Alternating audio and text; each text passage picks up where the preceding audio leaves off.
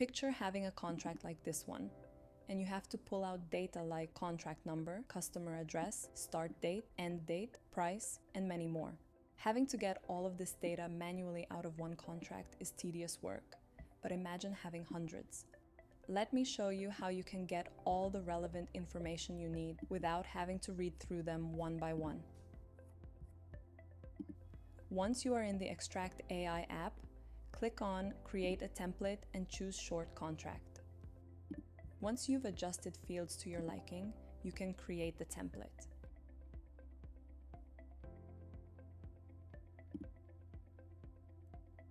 Now let's find our contract and upload it to Extract AI.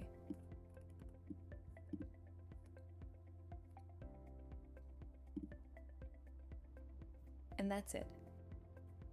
In the top right corner, you can download your file in the desired format. That's all for today. If you have any questions, feel free to leave them in the comments section below, and I'll be happy to answer them. See you in the next one.